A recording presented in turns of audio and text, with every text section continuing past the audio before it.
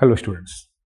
In last lecture, we learned about the microsporogenesis, means development of a male gamete or male gametophyte, maybe we can say, right? And some characteristics of pollen grain also, right? Today, we are going to learn about the megasporogenesis. Megasporogenesis means what? Formation of a female gametophyte and then after a female gamete, right? So today we are going to start from this 1.2, the pistil, megasporangium, that is called ovule, and embryosac. Also development of embryosac we will read this one, right? Earlier what we did about the pollen grain, once I want to repeat this one. Viability, right? Some other important things are also there. Some specific structures are also found in some plants. Like here, one thing is there, I think we have to know, that is translators. It is not in our NCERT, but it is also important. So first I tell you what is translator apparatus. Here we can say translator apparatus or translators. Mainly these translator apparatus, they are present in some plants. These translator apparatus, why they are important? Because when we read this, after some time we will read about the pollen pistil interaction. At that time, outbreeding devices also we read. At that time, this translator apparatus we need that, right? Because what is the translator apparatus? Sometimes what happens, a morphological barrier is formed in between stigma and that means we can say in between gynosium and androsium, so that self-pollination cannot occur, right? As these translator apparatus, they are also, it is called as pollinium. Pollinium, as for example, it is present in Calotropis, Procera. Calotropis means Asclepiaceae family. The plant which belongs to Asclepiaceae family, they have pollinium, specific structure. Pollinium is there. This pollinium means it is a bag-like structure, this type of structure, right? Bag-like structure in which pollen grains are enclosed, right? And these pollen grains, they release from that opening, not from everywhere else. That means what happened? They never reach up to the stigma of the same flower. This is a outbreeding device, right? Translator apparatus. Another some important things are, right? Sometimes what happens, more than one means we know here very well how many pollen grains are from one microspore mother cell. We know we have 4 pollen grains are from. But sometimes what happens, in a specific tetrad. Tetrad means what? 4 pollen cells are formed. This is a tetrad, right? Yesterday I am that means discussing about the different type of tetrads, that is tetrahedral, isobilateral, T-shaped, deca-shaped, or linear shaped, right? So all these, in all the type of tetrads, we have only 4 pollen grains. But sometimes what happens, more than 4, if more than, that is we can say more than 4 pollen grains are formed or present in a single tetrad, that means what? It is called as polyspory, right? Then it is called as polyspory. So I think you understand what is polyspory. Polyspory means more than 4 cells or microspore cells, or we can say more than 4 these pollen grains are present in a single tetrad. Then it is called polyspory, right? Polyspory. One more thing is there. The largest pollen grain, it is present in Mirabilis jalapa, which is also called as 4 o'clock plant, right? Second one is our smallest. If largest is there, smallest also there. Smallest pollen grain is present in Myosotis. And one thing is also there, longest pollen grain, right? Longest pollen grain is present in Zoastera. This Zoastera name is also given in our NCERT. It is a aquatic plant, marine. This one is a marine plant, right? So this one is the longest, means ribbon-like. It is ribbon-like pollen grain. One more important thing is there also, it lacks exine. No exine is there, right? In all pollen grain, exine is present. Exine means it is made up of sporopollen, the hardest layer.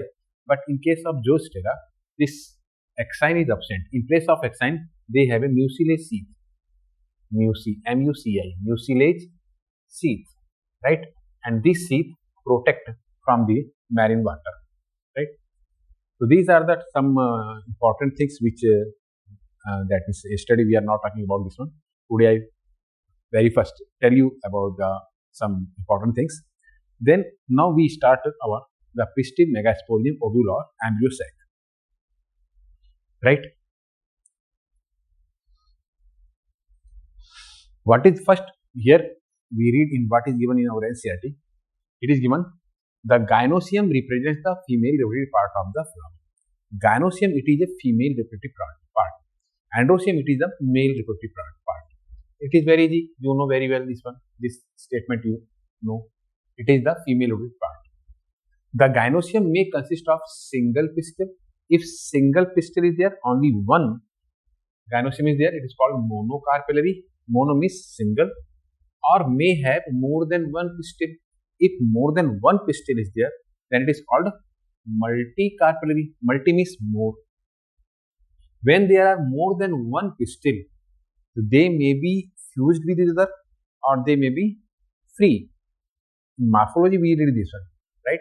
So if they are more than one, they may be fused together. If they are fused, we set them syncarpous. Syn means synthesis, means fused. And if they are free, then they are called as apocarpous. Apocarpous means free carpels, right? Each pistil has 3 parts. How many parts? 3 parts. Which one? Topmost one is stigma, then a long tube-like structure is style, and a ovary. Stigma serve as the landing platform for pollen grain. Pollen grain, after pollination, they reach up to the stigma, right? Second, the style is the elongated slender part beneath the stigma, right? And the basal bulged, that is swallow part, right, of the pistil is called ovary. 3 parts. Inside the ovary is the ovarian cavity. This ovarian cavity, the one term is used, it is called locule. Locule, in which ovules are there, right? Now, it may be 1 locule or 2 locule or 3 locule. If 1 locule is there, it is called unilocular. 2 locule means bilocular. 3 means trilocular. 4 means tetralocular. 5 means pentalocular. More than 5 means multilocular, right?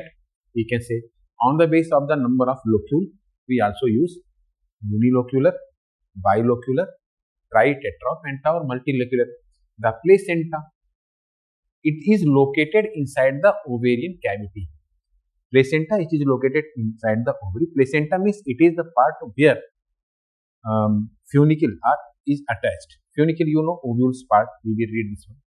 Recall the definition and the type of placentation that you studied in the previous class. Previous was in 11th class in morphology. We read different type of placentation. That means which type of placentation we know very well. They are marginal, axial, free central, parietal, basal, and one superficial is also there. So we have in NCERT it is 5 types of placentation given, but actually there are 6 types of placentation. Superficial is not given in our that is previous NCERT, but it is also a placentation which is present in nymphia. Already I tell you this type of placentation in that lecture, right?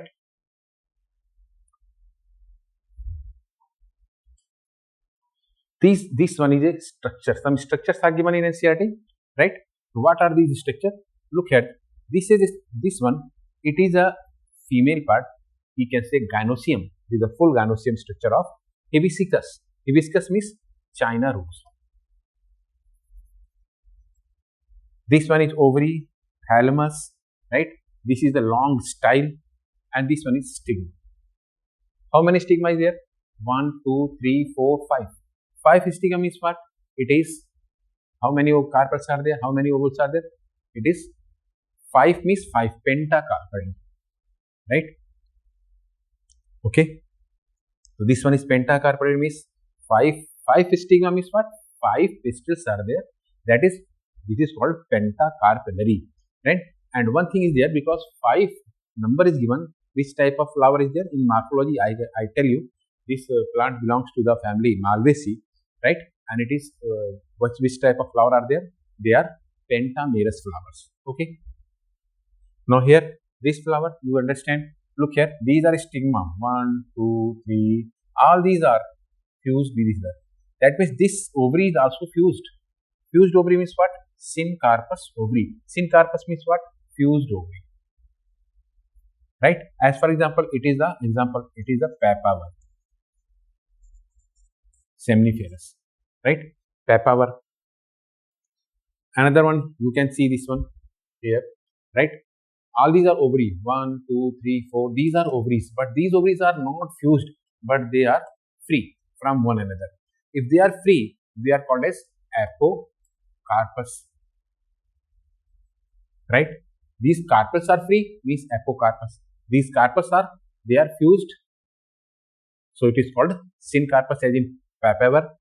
These are apocarpus, mean free, means mycelia, right? And this is the structure of ovule. You understand this structure. This is the funicle. When we draw this one, right? This is the funicle, and it is attached with placenta, and then it is the anus. This part called placenta. This one is our funicle. It is given here, funicle. This stalk is called funicle, and where this funicle is attached with ovule, this is called hilum, right? This side where integuments are absent, this one is called micropyle, right? And this one is called micropylar pore. This side is micropylar pore. Inner integument. This one is inner integument. This one is outer integument, right? This one is called nucellus. Nucellus means it stores food. Nucellus is made up of parenchymatous cells, right? It stores the food. This one is embryo sac. Here, this is the embryo sac, and this is the chalaza pole. Just opposite pole is called chalaza pole, right? One thing is there. When we see this one here, this side we have in a mature embryo sac. What happens? This side 2 synergids are there, right? And a single egg cell is there. Here 2 nucleus means central cell is there, with the central cell, right? This side 3, 1, 2, 3. These 3 are synergids. These 3 are antipodals. These 3 are antipodal cells, right? So 7 cell 8 states embryo sac is present. So this one is a typical. This one is actually it is inverted, because it is inverted means opposite direction it is present. So this one is called inverted ovules. Mostly 80% of angiosperms, they have inverted ovules, right? Type of. Also, I will tell you different type of ovules. Means we have 6 types of ovules in plant kingdom. In that is angiosperm. We will discuss later, right? Okay. A dissected flower of hibiscus showing pistil, other 4 parts have been removed here. Multicarpellary means more than one carpel is there. Syncarpous pistil of papaver means they are fused.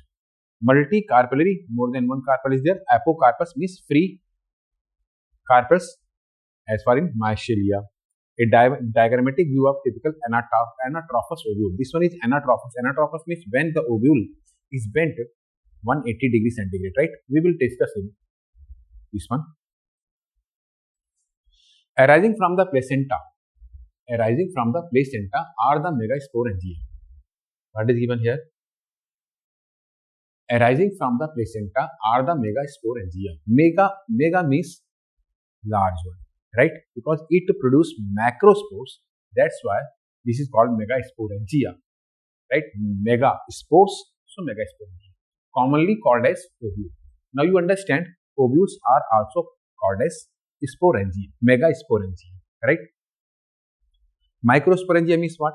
Microspore who produce microspore. The sac in which microspores are there, they are called microsporangium, right? Here, ovules, because it contains megaspore. Megaspore means egg cells. They are called as megasporangium. The number of ovules in ovary may be one single ovule is there, or like mango, paddy, how many seeds? You can understand, you can count the seed. If number of seed is present in a single fruit, number of seed is 1. That means only one ovule is there. Ovule, because a developed ovule is called seed, right? But when we see the papaya, how many seeds are there? More than 100 seeds are present in a single fruit, a single papaya. That means more than 100 ovules are there, right? Too many, like in papaya, watermelon, orchids, many seeds are there, means many ovules are there, right? Megasporangium. Now first, what is ovule? Let us familiarize ourselves with the structure of a typical angiosperm ovule. Already we see the figure. The ovule is a small structure attached to the placenta by means of a sac. It is attached with placenta, right? Placenta means it is present in the that means in central axis, or in marginal portion, or in basal. It is depend upon the placentation, right? By means stalk. This stalk is called funicle. Stalk is called funicle. Funicle is attached with one side. Funicle is attached with, means we can say proximal part of funicle. It is attached with placenta, and the distal part of funicle, it is attached with the ovule, right? The body of the ovule fuses with funicle in the region, this region is called hilum, where this funicle attached with ovule, and this region is called hilum, right? Hilum represents the junction between the ovule and the funicle. You understand? Junction between ovule and funicle is called hilum.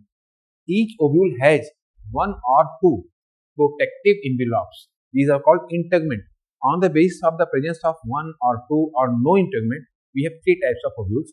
If integument is absent, then it is called ategmic, right? Integument is only one integument is there, it is called unitegmic. If more than one integument, means two integument is there, it is called bitegmic ovules, right? So bitegmic is very common in the case of bitegmic. Bitegmic ovules are very common in angiosperm, and it is present in our polypetally. Polypetally means dicots. Monotegmic ovules are mostly present in our monocots, or we can say gametophyte, right? Integuments encircle the nucellus except the tip. Means integuments are absent at the tip. Where these integuments are absent, here a pore is formed, and this pore is called small opening. This is called micropyle, right? Is organized as we see in the figure. Opposite to the micropylar end, just opposite of micropylar end, what is there? It is chalaza. Chalaza, it is the part where food is stored. It is just opposite to micropyle, and it is representing the basal part of the ovule. Understand? Apical means what? It is micropylar end. Basal means what? It is the chalaza end. Second thing what given? Enclosures within the integument is a mass of cell, and this is called nucellus. Enclosed within the integument is a mass of cell called nucellus, and this nucellus, it is made up of parenchymatous cells, right? It stores food also. In some plant, what happens? This nucellus is, that means remains. Persistence of that means we can say some persist means what? It is present. Some part of nucellus is also present in some, like in castor, right? Its scientific name is Ricinus communis. Some remnants of this nucellus is present in seeds also. So these are called as perisperm, right? As for example in our Ricinus. So because these remnants they are storing, these are carbohydrate, means sugar is there. It is hygroscopic in nature. It helps in the germination of seed. First thing is there, and because ant, it is a good food for ant. Means ant attract for this sugar composition. It also helps in the dispersal of seeds, right? And if the dispersal of seed occurs by ants, this is called myrmecochory. Dispersal means chory, right? Pollination means filling. Myrmecochory. Okay. Cell of the nucellus have abundant reserve food materials. Located in the nucellus, right, is the embryo sac. In nucellus, what is there? Embryo sac, or it is also called as female gametophyte. Now you understand what is female gametophyte. Female gametophyte means embryo sac, right? Male gametophyte means what? Pollen grain. An ovule generally has a single embryo sac formed from a megaspore. Generally, not every time, not always. Generally, a single embryo sac is present, right, which form a megaspores. So first we are going to discuss about the different type of ovules. Then we discuss about the megasporogensis. Also, we compare with the megasporogensis and microsporogensis when we come, right. So first, different type of ovule. I'm going to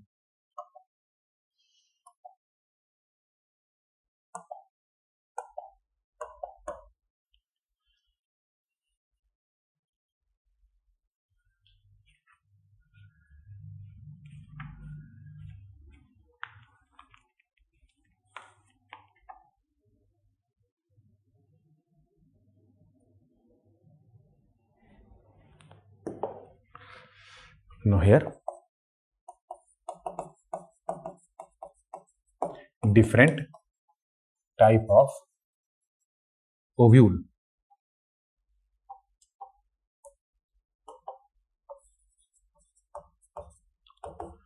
First, if we that means consider the tegument.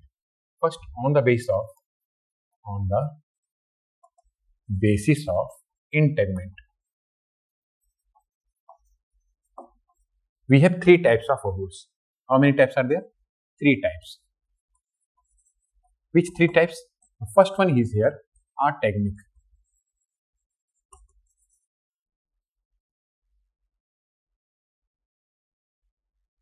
Right? Ategmic ovules. Ategmic ovule means what? Here, ovule usually, right?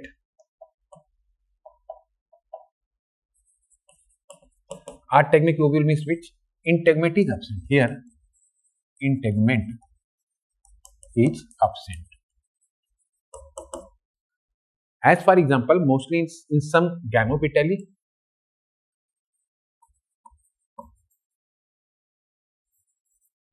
family gamopetalae, and gymnosperm.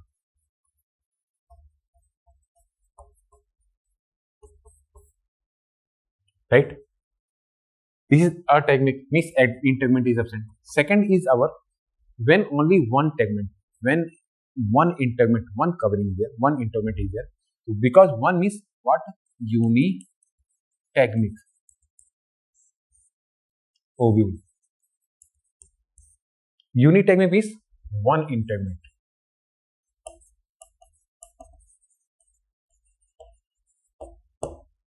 Right? Means it is covered by one integument. Then it is called as unitegmic, right? And in unitegmic means what? What is the example of integument? I said gamopetalae means monocots. As for example, our capsula is also an example. This one, capsula and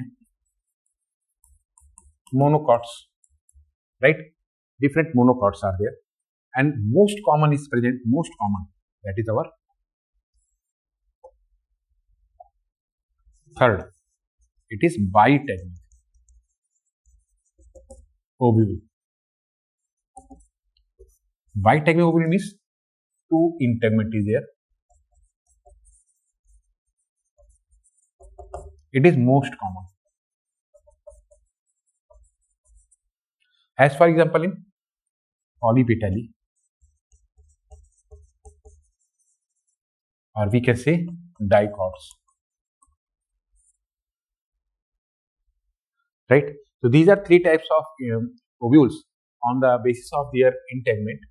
Second, on the second means different type of ovules. Okay, you understand this one. Second, it is on the basis of location or position, right? On the basis of location or position of chalaja, micropyle,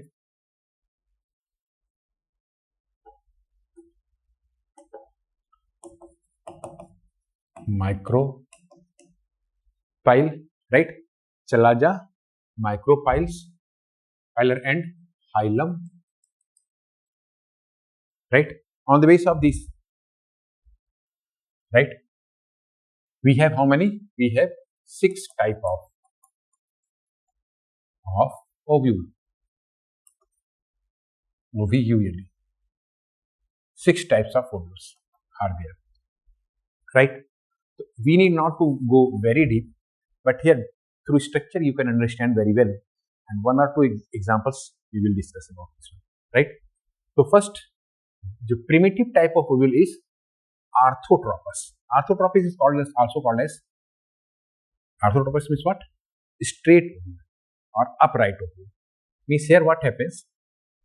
This chalaja, micropyle or hilum, they are placed in a straight line, right? Look here. These are funicle, and then this is a outer integument, then inner integument, and now outer integument, inner integument, or ovule is found. Here this is the embryo sac, right? Look here, this is the chalaja. This side is chalaja. This is hilum, right? Here we know this is funicle. This is our micropyle. All these are in a straight line. This is antipodal cells, right? All these are in a straight line. So this one is here. One thing is there. Here raphe is absent. In this case, raphe absent. Raphe absent. Now you understand what is raphe? Raphe, okay. When I draw another diagram, then you understand. Raphe means what? When it is a anatropous, then this funicle, it continue one sided, that is it continue grow on one side. So what happened here? That is suture like structure is formed. A depression means a line is formed, and this line is called raphe, right? In this case, raphe is present. It is the most primitive. This one is most primitive ovule, and this one is called orthotropous. Orthotropous. Sometimes we set them upright or straight ovule, and it is very common in gymnosperm, right? Some examples means in gymnosperm it is present. Other examples are also here. That is polygonum example. This is first example is polygonum, right? Beetle and gymnosperm. Very common. It is present, right? Or gymnosperm. These are orthotropous. First one, now second. Second, when this, that means ovule, it bend at 90 degrees centigrade. At 90 degree, right? Here what? Look here. Second one is this is our funicle. Now this is the ovule, and it moves this side, outer, inner, then also outer, inner integument, and here this is our ovule. Now you understand this is the micropyle and right? Egg cell, this is the antipodals there, antipodals are there. Here egg cells is there, right? Here central nucleus is there. So look here, this is the what happened. What you see? What is the difference between them? Now this is our 90 degree, that 90 degree bend. When this arthropropus, it bend 90 degree, right? Or we can say according to funicle, this is funicle. So when we consider the funicle, it is horizontally located, right? First thing here, this side chala ja, right? This is our micropyle. This one is hilum, right? Here micropyle and chala ja, they are in straight line, right? But hilum, it is not in straight line. It is just right angle to chala ja, right? So this one is called, it is called horizontal, means here, and scientific name is here, it is called that is hemianatropous. Hem is what? Half anatropous, right? Or simply it is called, hemi means what? Half. Hemi, it is called hemianatropous, or we can say horizontal ovule, ovule, right? Horizontal ovule. It is called, why it is called hemi? Hemi means what? Half, right? So half anatropous. Why? Because it is 90 degree. Because anatropous, it is bent 180 degree, and hemi is what? It is 90 degree bent. It is called hemianatropous, right? Some example is there. What is example? As for example, it is ranunculus. As for example, R-A-N-U-N, ranunculus, right? As for example, ranunculus. Another example is also primula, but it is not more very common. Primula, they are scientific names. So these are two. First, this one is second, arthropropus. Second is our hemianatropous. Third is our hemi is half anatropous. Do you understand? Because 90 degree bent is there. Now third, anatropous, which is most common in 80% of angiosperm, they consist anatropous. Anatropous. In anatropous, what happens? Look, this is the funicle, right? And the ovule bent 180 degree. One and second ovule, right? And this is our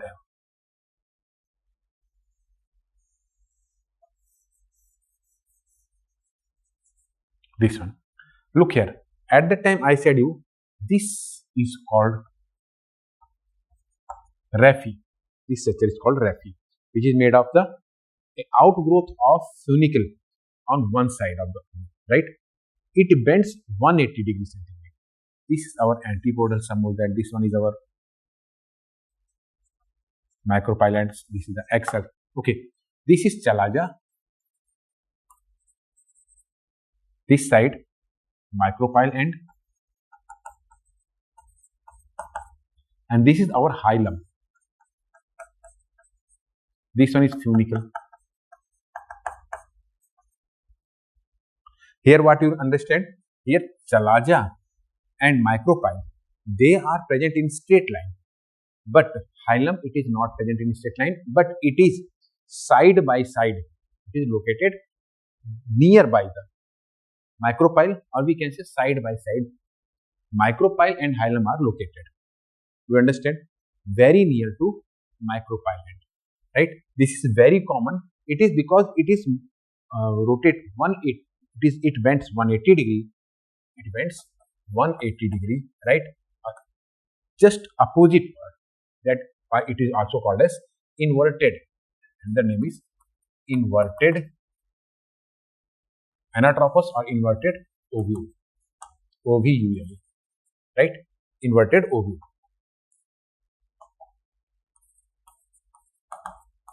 It is called as inverted ovule. Most common means like our every Malvaceae, as for example, Malvaceae, Solanaceae, right? Many 80%, we can say 80% of total angiosperm, they possess this anatrophous type of ovules. Third, now fourth one is our Campylotropous.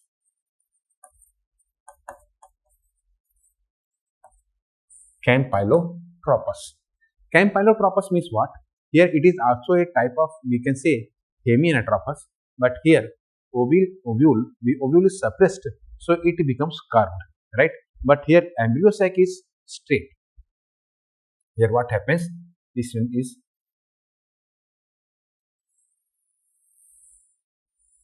outer, inner,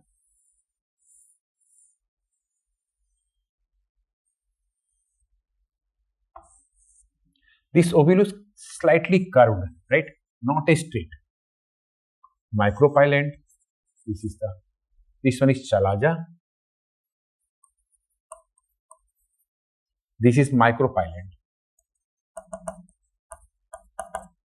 And this is our hilum. Funicle. Right? Here what happens? Look, the ovule. Ovule is straight, but chalaja and ovule, they are not in straight direction. Right? That means what? Here, the Campylotropous means ovule is ovule. Ovule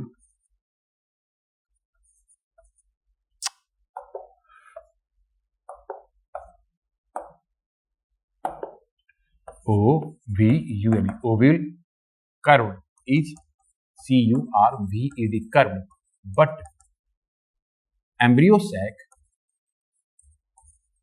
is straight, right? As for example, it is present in crucifery, right? Crucifery. As for capsula, this one is present, right? Another Leguminaceae,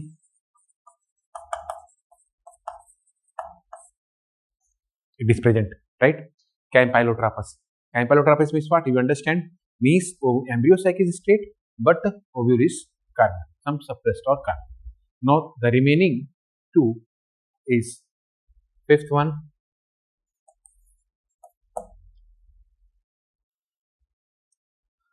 Amphitrophous.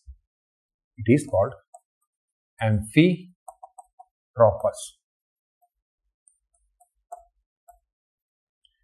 POUS, right? Amphitrophous means what?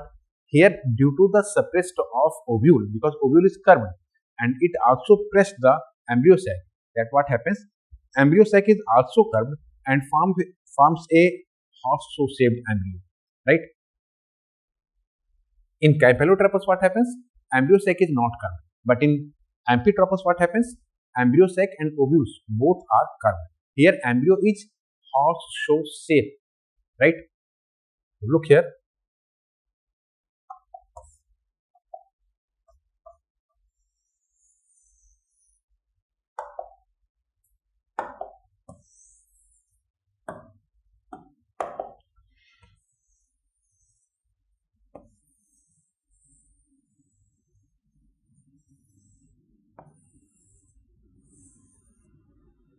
This is chalaja, hilum, right? This is embryo sac.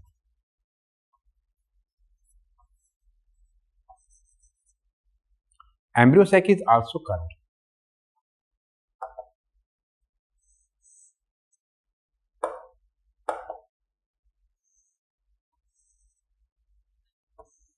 Right? This embryo is called horseshoe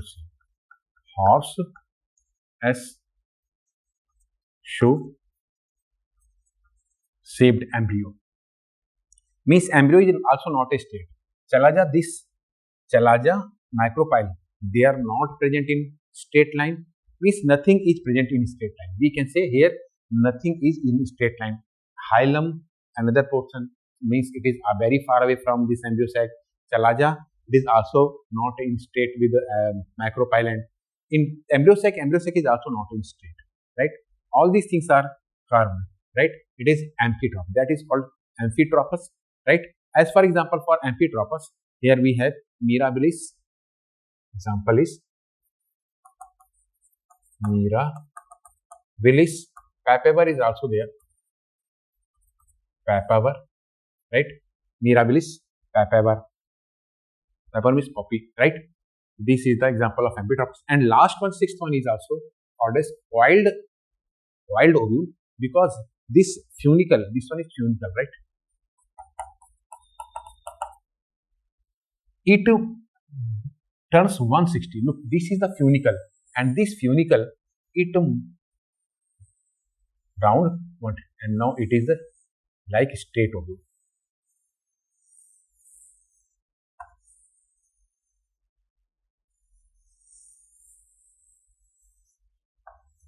This type, right? And there is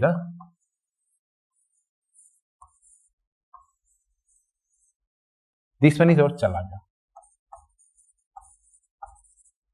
This is the funicle, right? Now look, this funicle, it is turning and it is surrounded the whole ovule, right?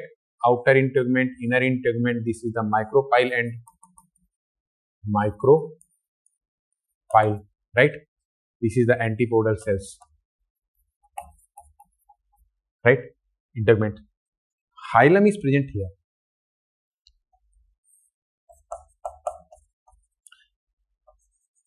What you see here? 360 degree, right? Here what is, it is called as cercinotrophus.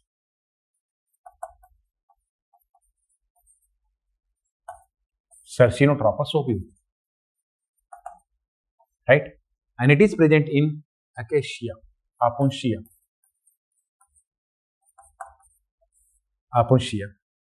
right? It is present in apuntia, for example, cercinotrophus. So we have 6 types of ovules.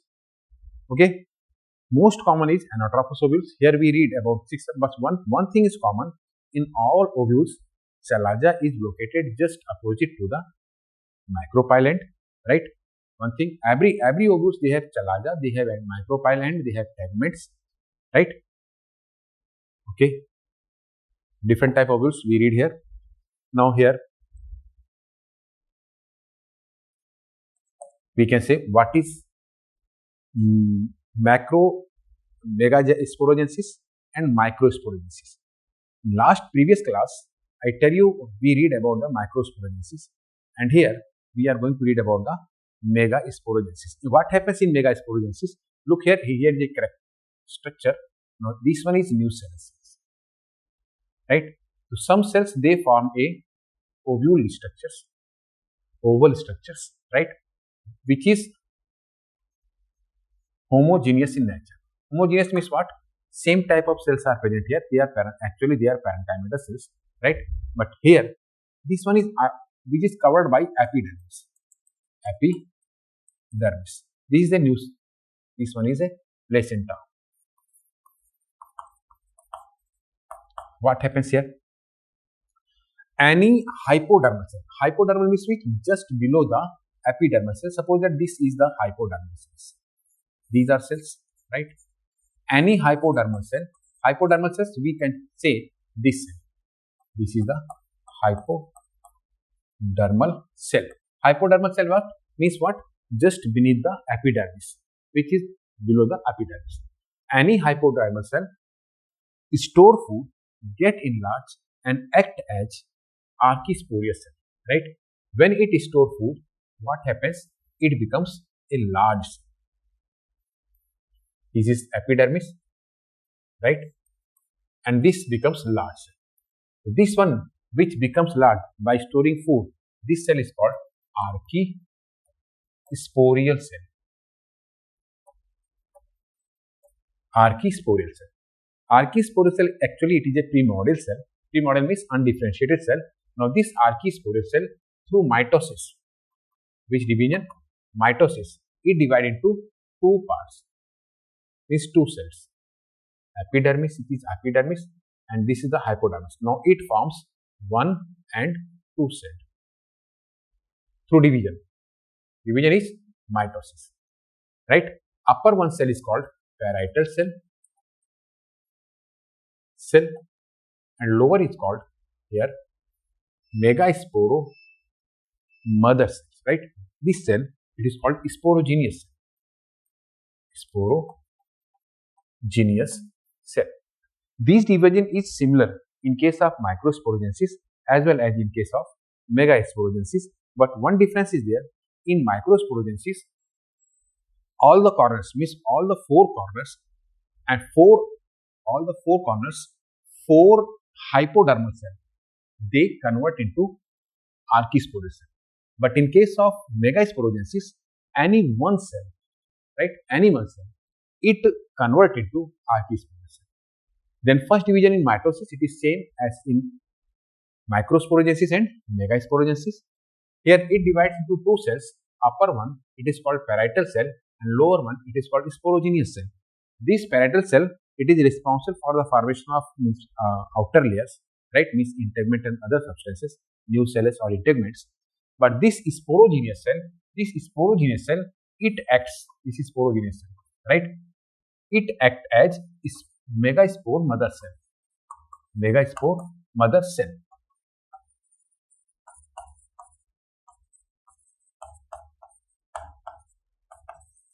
Megaspore mother cell. Now this megaspore mother cell, it divides. Here what happens in case of microsporogensis? This megaspore mother cell, it divides mitotically and forms a sporogenous tissue, right? But here no tissue formation is there. Here this megaspore mother cell, it acts as megaspore mother cell. This is sporogenous cell. It does not go any mitotic division. It directly acts as megaspore mother cell, right? And it divides through meiosis. Meiosis division is here, right? In meiosis, what happens here? Now it divides into 4 cells. 1, 2, 3, and 4 cells. 4 daughter cells are formed here. 4 daughter cells are formed, right? And these 4 daughter cells, because it is 2n, here it is also 2n, this is also 2n, right? Because here mitosis occurs, so their ploidy is n. They are haploid in nature. Now only one means what? This cell, right? Only one cell, it act as, that is, it is active, and remaining 3 mostly they degenerate, right? One is active, becomes enlarged, and remaining they start degenerate. Remaining 3 cells are degenerated, and this acts as our megaspore cell. Megaspore cell. Here these are 4 megaspore daughter cells.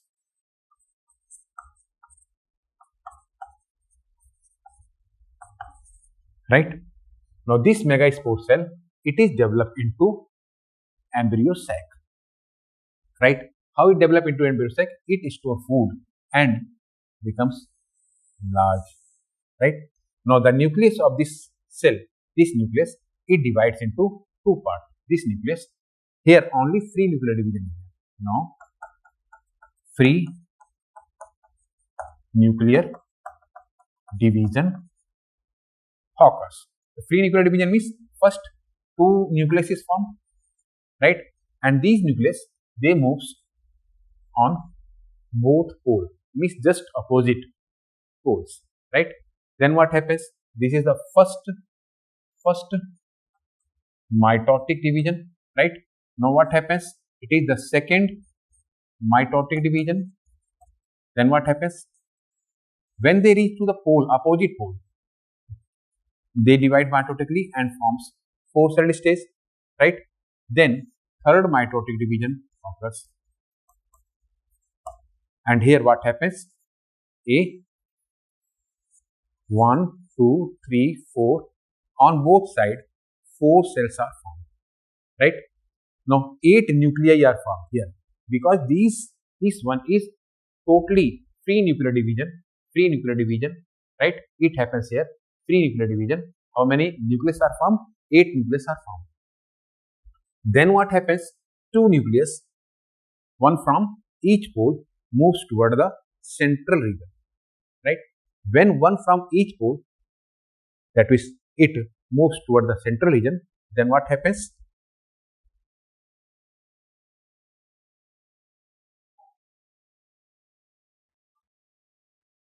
Here we can draw, right?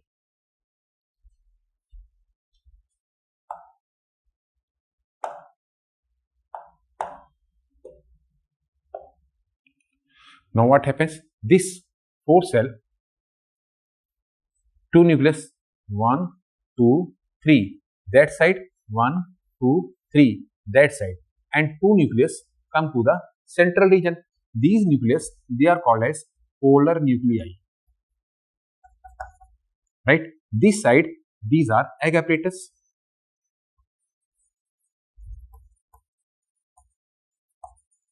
And this is, they forms antipodal cell. Right? Then what happens? In this agapetus, this one is developed and forms egg cell. Right? And these two, they develop into synergids. So egg cell plus synergids, they forms agapetus.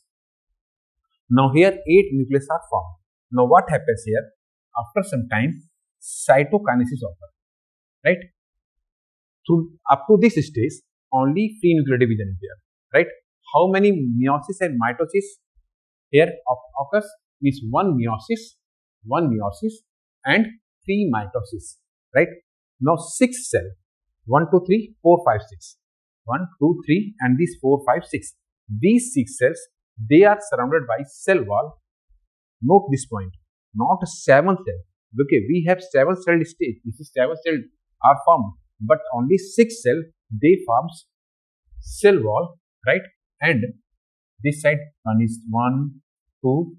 They have some appendages also from here, synergids, and here it is egg cell, large one, and these 2 nucleus are there, and their antipodal cells are there. 3 cells are formed, right? 1 cell, 2 cell, and 3 cells are formed. This 1 cell, 2 cell, and this is the egg cell is formed. And in central, it is already, this cell is already present, right? It is called central cell. Central cell. Now here, these are synergid cells. Now they are synergid cells. Here, all these are nucleus, right? Egg nucleus is not a cell. It is also nucleus because at that time, cell wall formation is not happening, right? So 6 cells. How many? 6 cell, right? Surrounded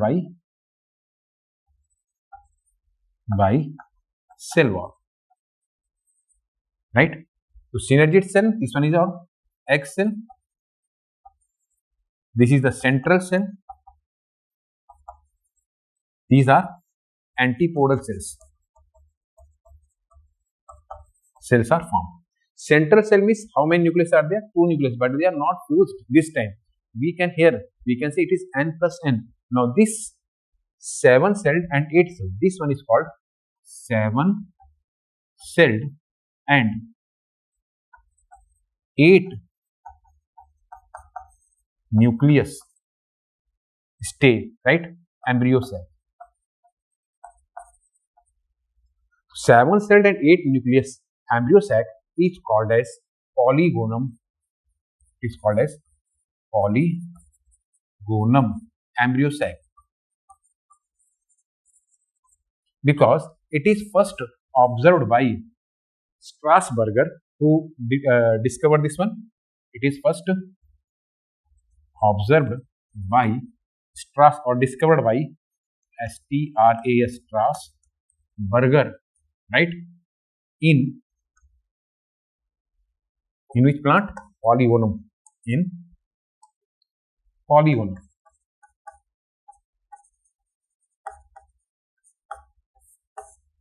That's why it is called polygonum type of embryo sac, right? Because only one megaspore is functional, right? So it is called monosporic embryo sac. It is also called as monosporic, sporic, right? Sporic, sporic embryo sac.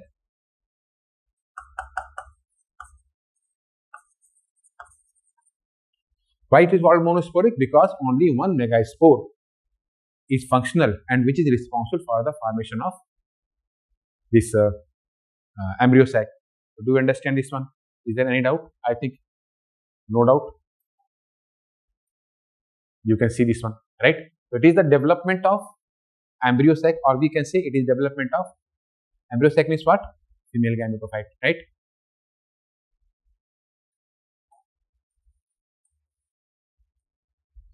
Okay. Now come to the NCERT. First we see what is given in NCERT, then we will discuss the further.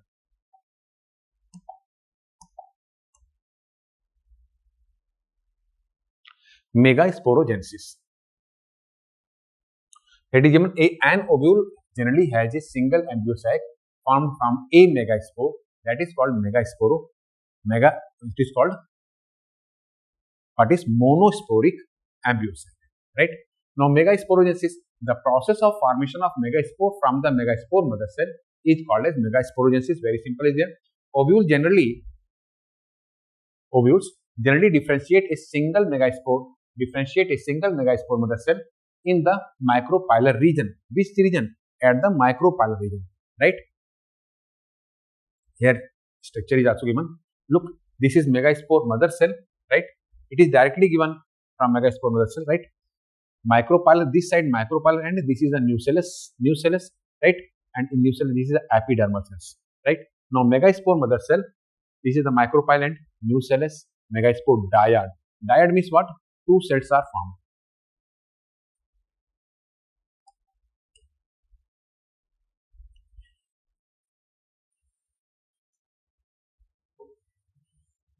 Two cell stage called dyad, right? Now megaspore tetrad. Tetrad means 2, 3, 4 cell stage. 4 daughter cells are formed, right? Here this one is mitosis, meiosis. This is a meiosis. First meiosis,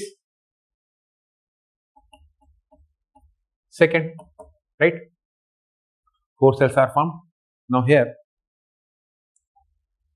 look, only one is functional, remaining 3 are degenerated. Then what happened? First free nuclear division starts, right? First 2 nucleus is formed, then 4 nucleus are formed. 2 nucleus formed, they move toward the opposite polar region. Now second, that is mitosis. These are mitosis, free nuclear division, right? So second mitosis means 4 nucleus are formed, and third mitosis means 8 nucleus are formed. On both poles, 8 nucleus are formed. Each pole it has 4 nucleus, right? Then what happens? One nucleus from each side, they move to the central part and form the 2 polar nuclei, right? And this side 3 antipodals are there. Here synergist, 2 synergist, and 1 axis is there. Now 6 cell, they are surrounded by cell wall, right? Now here you can see this antipodal cells. This is chalaza, and 3 antipodal cells are there. This side they are synergist. This is micropylar, right? Here what happens? This figure is, what is the direction of this figure? Direction of these figures are different, right? Don't confuse this, here, because here direction is that side, but here direction is just opposite direction, right? This side, this is the micropylar. This side this one is micropylar. Sorry, this one is the micropylar, right? And this is the chalaza side. Here what happens? This is chalaza end, and this side micropylar. Do you understand this one? Now 1, 2, 3. These 3 cells, 1, 2, 3. These 3 cells, they are surrounded by plasma, cytoplasm, and form a cell, right? And this is the central cell. Okay, polar nuclei, central cell, egg, synergid, filiform apparatus. Filiform apparatus is present in synergids. And what is the function of filiform apparatus? Filiform apparatus, two functions is there. First, they absorb nutrients, right, from nucellus. From nucellus, not from chala giant, right? This one. Second function is they guide the pollen tube. Okay. It is the large cell containing dense cytoplasm and the prominent nucleus. The MMC means what? Megaspore mother cell undergoes meiotic division. First meiosis, and what happens? What is the importance of MMC undergoing meiosis? To reduce the number of chromosomes by half, right? Meiosis results in the production of 4 megaspores. Megaspores means they are haploid in nature. What is for haploidy? Right? Meiosis means they form a haploid gamete. For formation of haploid gamete, meiotic division is very essential. Without meiotic division, no haploid nucleus is formed, right? Means to maintain the number of chromosomes. Now, female gametophyte. In majority of flowering plant, one of the megaspore is functional, right? While the other 3 degenerates. Only the functional megaspore develops into the female gametophyte, that is embryo sac. That because only one is functional, that's why it is called mono or monosporic and embryo sac, right? This method of embryo sac formation from a single megaspore is termed as monosporic development, as I tell you already. What will be the ploidy of the cells of the nucellus, right? Now here question is given. I think you have answered. What will be the ploidy of the cells of the nucellus? Nucellus cells are ploidy is 2n because they are not divided mitoptically. MMC megaspore mother cell, it is also 2n. I already tell you when mother cell comes, that means it is already diploid. Functional megaspore, it is haploid. This ploidy is n, right? Haploid. And female gametophyte, it is also n because it developed from haploid megaspore, right? These are the ploidy. Okay. Now here, let us study about the formation of embryo sac in details. Already I tell you this one, but here we will read this one. Nucellus of the nucleus of the functional megaspore divide mitotically. Only one time meiosis occurs, right? No more meiosis occurs anyway, right? Here, only the nucleus of the functional megaspore divides mitotically, only by mitotically, to form 2 nuclei which move to the opposite pole, first forming the 2 nucleate embryo sac. 2 more sequential mitotic nuclear division results in the formation of 4 nucleus and later on 8 nucleated cells, right? It is of interest to note that these mitotic division are strictly free nuclear, right? That is, nuclear division are not followed by cytogenesis or cell wall formation. After 8 nucleated stages, cell wall are laid down, leading to an organization of the typical female gametophyte or embryo sac. After some time, the cell wall forms. Observe the distribution of the cell inside the embryo sac. Now here, what is given? 6 of the 8 nucleus. How many nucleus? 6. 6 of the 8 nuclei are surrounded by 6 of the 8 nuclei are surrounded by cell wall and organized into cell, not 7. 7th cell wall is already there. The remaining 2 nuclei, that is polar nuclei, are situated below the egg apparatus in the large central cell, which is already present, right? 6 new cells are present, 1 old cell is there, central cell in which polar nuclei are there. There is a characteristic distribution of the cell within the embryo sac. 3 cells are grouped together at the micropylar end. 3 cells. In these 3 cells, 1 is egg cell and 2 are synergids, and they form egg apparatus. The egg apparatus in turn consists of 2 synergids and 1 egg cell, right? The synergids have spatial cellular thickening at the micropylar end, right? Tip, and this is called filiform apparatus. I already tell you what is the function of filiform apparatus: to absorb food from nucellus, and second function is primary function is to guide the pollen tube, and secondary function to absorb the food materials, right? Which play an important role in guiding the pollen tube into the synergids. 3 cells are at the chalaza end and they are called as antipodals. After some time, means after fusion, they get degenerate. This synergy, these antipodal, they degenerate, right? The large central cell, as mentioned earlier, has 2 polar nuclei, N plus N, right? Thus, a typical angiosperm embryo sac at maturity, it is 8 nucleated and 7 cell stage, and this is called polygonum type of embryo sac, which is most common in angiosperm, and it is discovered by Strasberg, right? In polygonum, that's why it is called polygonum type of embryo sac. Okay.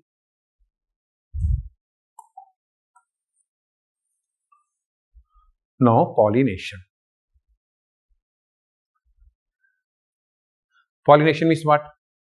Pollination means that is transportation of pollen grain from anther to stigma. That is what. In the preceding section, we have learned that the male and female gametes in the following plants are produced in the pollen grain and embryo sac respectively, as both type of gametes are non-motile. Here, non-motile gametes are there. They have to be brought together for fertilization, right? And how is this achieved? It is achieved by pollination. Pollination is the mechanism to achieve this objective. Transfer. Now, it is the definition. What is given here? Transfer of pollen grain. Transfer of pollen grain shed from the anther to the stigma of a pistil is termed as pollination. Right? Flowering plants have evolved an amazing array of adaptation of achieve pollination. They make use of external agents to achieve pollination. Now, can you list the possible external agents? Okay, right? External agents. Okay, we have 2 types of agents, right? One is abiotic, we can say abiotic agents, and another one is biotic agents, right? Abiotic means we have 2 abiotic. One is water through air, another is through water. Biotic means animals. Animals means what? They may be insect, they may be birds, they may be snake, they may be mollusks, they may be another snake. Okay, insect is also there, right? Ants are also there. So we have 2 types of agents, right? We will discuss it briefly after the kinds of pollination, right? Because here we know they have different terms. We use also different terms. For air, it is anemophily, water, hydrophily. Hydrophily is further divided into 2 parts. It is epihydrophily or hypohydrophily. Epi means on the surface. Hypo means what? Means not in surface, inside the water, right? Biotic agents means we have different animals are there. Insects means it is entomophily, or it is snake, ophiophily. It is bat, it is chiropterophily. If it is ants, it is myrmecophily. Mollusca, malacophily, right? Birds, we can say here for birds, ornithophily, right? So different terms we use for different agents. We will discuss it later on, right? First, kinds of pollination. Depending on the source of pollen, pollination can be divided into 3 types. 3 types means what? Autogamy. First is autogamy, right? Second is getonogamy, and third one is our autogamy, getonogamy, and xenogamy, right? Autogamy means self. It is the true self-pollination. In this type, pollination is achieved within the same flower, same plant, same flower. It is autogamy, right? Transfer of pollen grain from the anther to the stigma of the same flower, that is called autogamy. In a normal flower which opens and exposes the anther and stigma, complete autogamy is ratherly rare because it is open. It means pollen grain come from insects or flies. They come butterfly. It come from any other flower. Means anther can be dispersed from anther can be come from any different type of flower. It is rarely, right? Autogamy in such flowers requires synchrony in pollen release and stigma respectivity. Synchrony means at the same time, if maturity of pollen grains and stigma receptivity is present at same time, then autogamy happens. And the anther and stigma should lie close to each other so that self-pollination can occur. Some plants such as, some example is given for autogamy, as for example, viola, that is commonly called as pansy, right, oxalis and commelina. They produce two types of flower. One is called casmogamous, another one is called clistogamous, right. The casmogamous flower and clistogamous flower, both type of flower is present in these plants, right. Clistogamous flower means which never opens, which never blooms. In clistogamous, what happens? Only autogamy is there, because this anther they never come outside, right, and the outer anther they never reach to the stigma, because this flower is closed, right. Casmogamous means it blooms. Casmogamous flower which are similar to the flower to other species which exposed anther and stigma. That means here rare chances for, means here we cannot say they may be fixed autogamy, or it is certainly that is autogamy, it is not certain. We can say it may be genogamy, right, heteronogamy. And clistogamous flower means which do not open at all. In such flower, anther and stigma lie close to each other. When anther dices in the flower bud, it is called bud pollination also, right. In clistogamous, what happens? Pollen grain come in contact with the stigma to effect pollination. Thus, clistogamous flowers are invariably autogamous, right. Clistogamous flowers are invariably autogamous, as there is no chance of cross-pollination, no chance for cross-pollen landing on the stigma, because flower is totally closed, never opens. And another, what is advantage here? Clistogamous flower produce assured seed set even in the absence of pollinators, because it need not pollinators, because anther and stigma they lie close to each other and it is also closed, right. So do you think that clistogamy is advantageous? This is advantageous means it need not pollinators, that is assured seed we get seeds, right. And what is the disadvantage here? Because here only inbreeding is there. Inbreeding is same breeding, same generations, that means the same, we can say a clone is formed also, right. It is inbreeding, depression is present here. Why? I already tell you. Advantageous means assured seed, disadvantage means inbreeding, depression, right. Second is given getonogamy. Getonogamy means what? Transfer of pollen grain from the anther to the stigma of different flower, but plant is same. Autogamy is plant same, flower same. Getonogamy is plant same, but flower different, right. Another flower of the same plant. Although getonogamy is functionally cross-pollination, because here they use pollinators, means pollen grain come from another flower, but genetically, because plant is same, genetically they are identical or same. Genetically they are autogamy. Genetically it is similar to autogamy since the pollen grain come from the same plants, right. Example is not given here, but I tell you example. Some examples. Getonogamy means like in Cucurbitaceae family.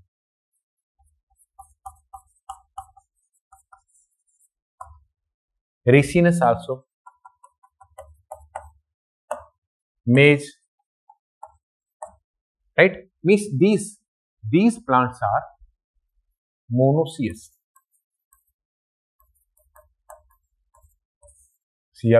Monoecious plants. Monoecious plant means what? Same plant, but they have different, means unisexual flowers, male and female, different flowers are there. Cucurbitaceae, male flower is separate and female flower is separate, but both are present in same plant. Ricinus, male plant at the tip and female plant is maize, you know very well. Corn is female plant, right.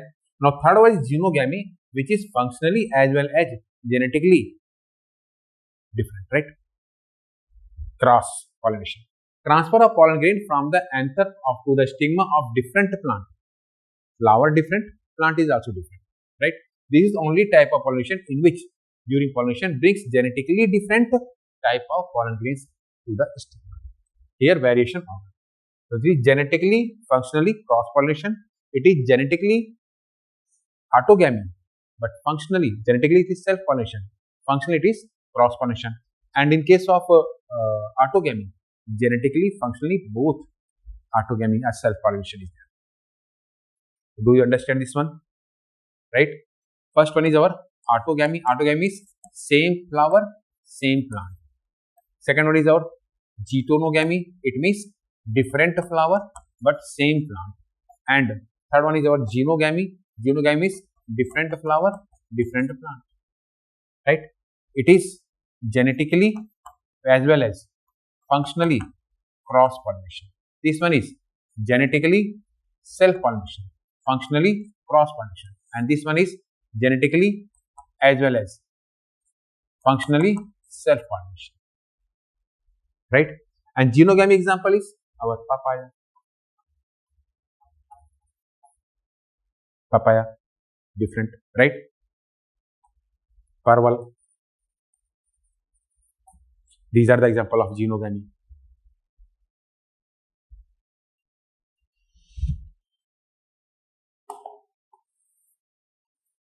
Now, agent of pollination, right?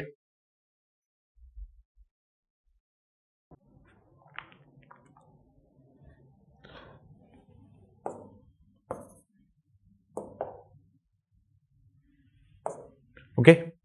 Now here some adaptation for that is autogamy is self-pollination, and some adaptation for that is cross-pollination. We will first read here, then we are going to read the agent of pollinations. First point here, because without the information of this adaptations, we feel some confusions, right? So it is very important. So first adaptation for self-pollination.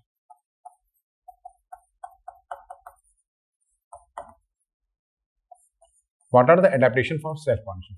First we discuss here, right? For autogamy. Here 4 things are there. Which one? First is here because first we need, first it is bisexual flower. For bisexuality we use a single word term, it is called monocliny. Monocliny, right? Monocliny means what? Monocliny means bisexuality. It means what? Bisexual flower.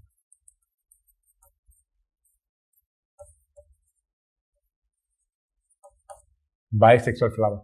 That is important. Second, what is important here? Second is because both part, anther as well as this our pistil, both mature at the same time. When both mature at the same time, this is called this one is monocliny, homogamy, right? So homogamy is what? Maturity at the same time. Homogamy means what? Maturity at same time for both, for male and female parts, means androecium and gynoecium.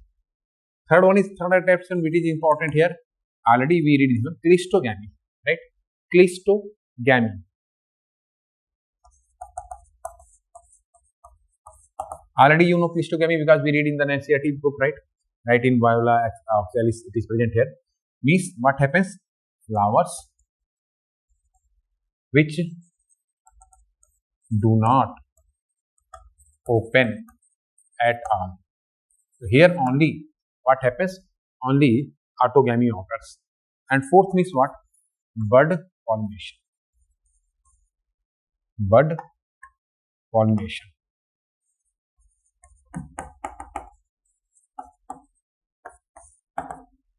These 4 adaptations, they are required for self-pollination, right?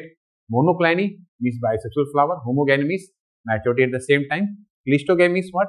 Flower which do not open at all. There only autogamy is there, right?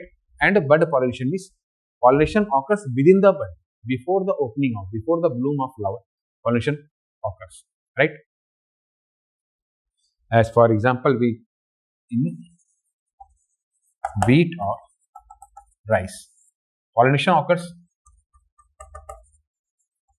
Pollination occur in bud, right?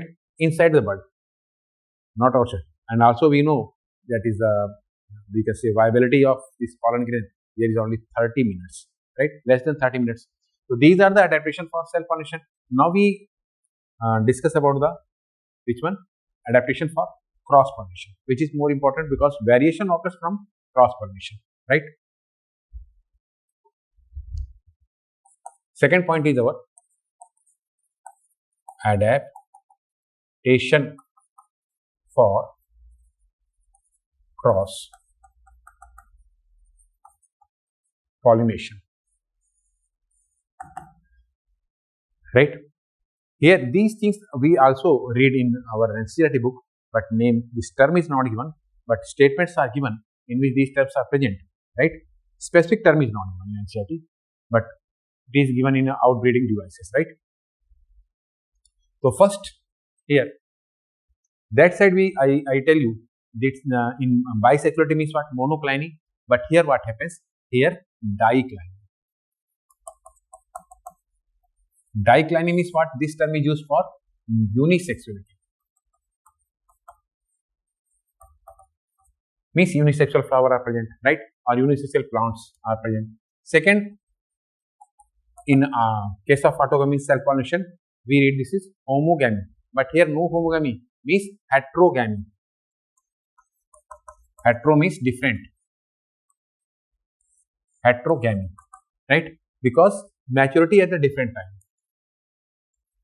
Maturity at different time. Different time. And it is two types. It is also two types.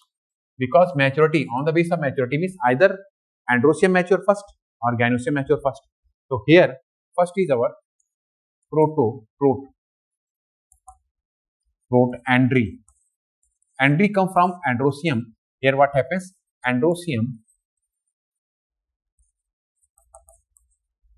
matures first, early, then pistil, we can say, then female, right? Most of the plant, this protandry is found.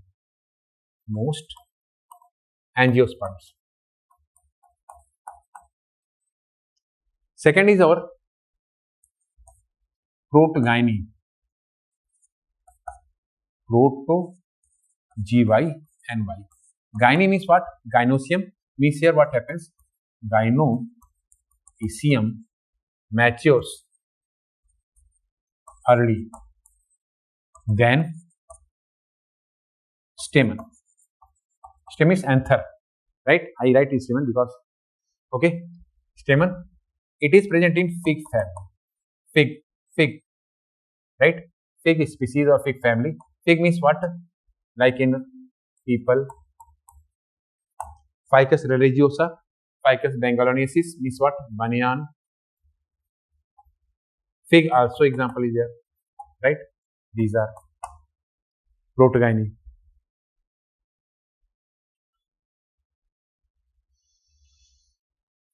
Here salvia, right? Example, angiosperm is most angiosperms, salvia. Okay, now third, here dicliny, heterogamy, chasmogamous. Chasmogamy means flower blooms, opens, right? Before maturity they open, means what happens? Then open flowers, right? More chances of cross pollination because insects through air, through what it is hydrophyte means through water also. These pollen grains come and shed on the stigma, right? After casmogamy, another word is for casmogamy is anthesis. Anthesis. Anthesis also, it is the name of casmogamy. Now this, after this casmogamy, now here bud pollination is absent, right? Here bud pollination is absent, but here some other special arrangement is also there. Special arrangement means what? Here we can say hercogamy, HERKOGAMY. Hercogamy means what? Here a mechanical barrier is present. Here, because here we cannot mechanical or physical we can see here, right? Or sometimes we said them morphological barrier is there, right? Morphological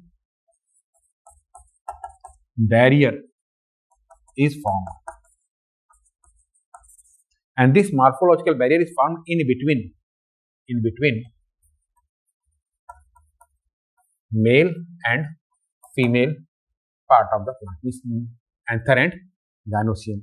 As for example, in Calotropis, I already tell you what is there. Pollinium is formed, right?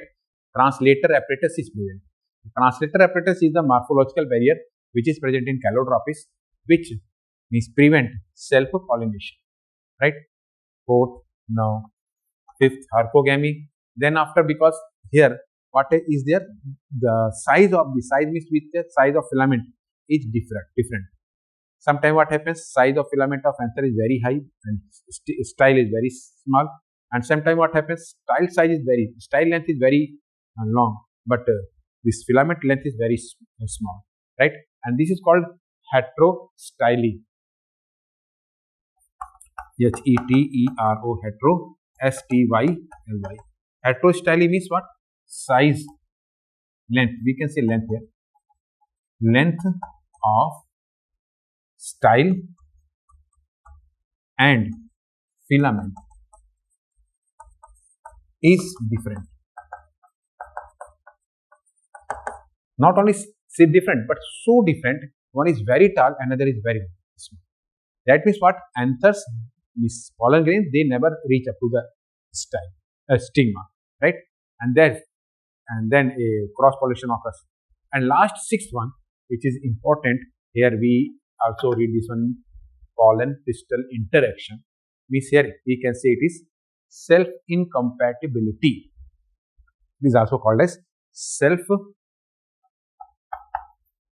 incompatibility, or another name is self sterility.